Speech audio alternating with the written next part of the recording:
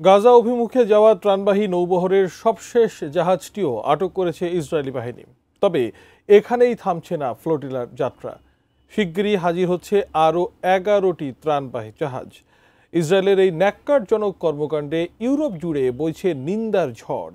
এরই মধ্যে আটক অধিকার কর্মীদের নিয়ে বিস্ফোরক মন্তব্য করে পরিস্থিতিকে আরও উত্তপ্ত করলেন এক ইসরায়েলি মন্ত্রী।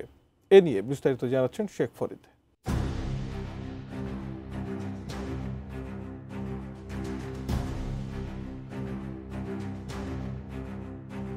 ফিলিস্তিনের গাজায় ইসরায়েলি অবরোধ ভাঙতে যাত্রা করা গ্লোবাল সুমুদ ফ্লোটিলা আটকে দিয়েছে দখলদার বাহিনী। এর প্রতিবাদে উত্তাল হয়ে উঠেছে ইউরোপের বিভিন্ন দেশ।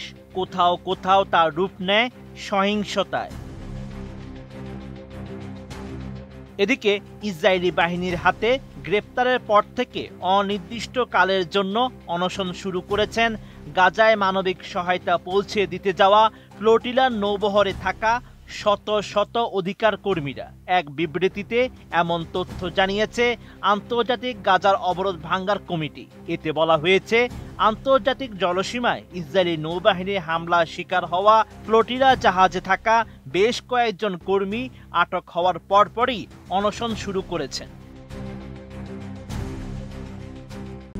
RICL TMX, যুগের পর যুগ স্থাপনা থাকে মজবুত। অন্যদিকে ফ্লোটিলার 43 জাহাজে থাকা আটক প্রায় 5 শতাধিক অধিকার কর্মীদের নিয়ে বিস্ফোরক মন্তব্য করেছেন ইসরায়েলের জাতীয় নিরাপত্তা মন্ত্রী ইতামার বেন গভির। সম্প্রতি সামাজিক মাধ্যমে প্রকাশিত এক ভিডিওতে দেখা যায়, যেখানে তিনি ফ্রিডম ফ্লোটিলার কর্মীদের সন্ত্রাসী বলে অভিহিত করে ভর্ৎসনা করেছেন। ঘটনাটি ইসরায়েলের আশদোদ বন্দরে ঘটেছে বলে ধারণা করা হচ্ছে।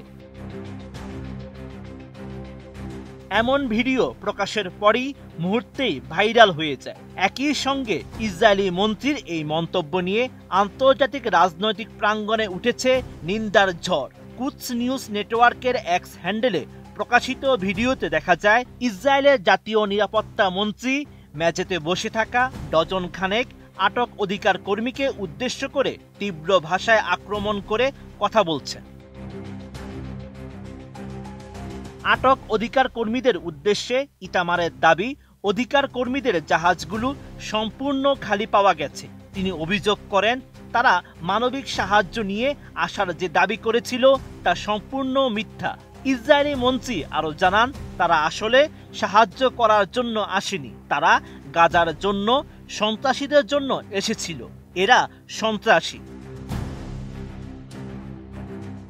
Sheikh Farid, ATN news.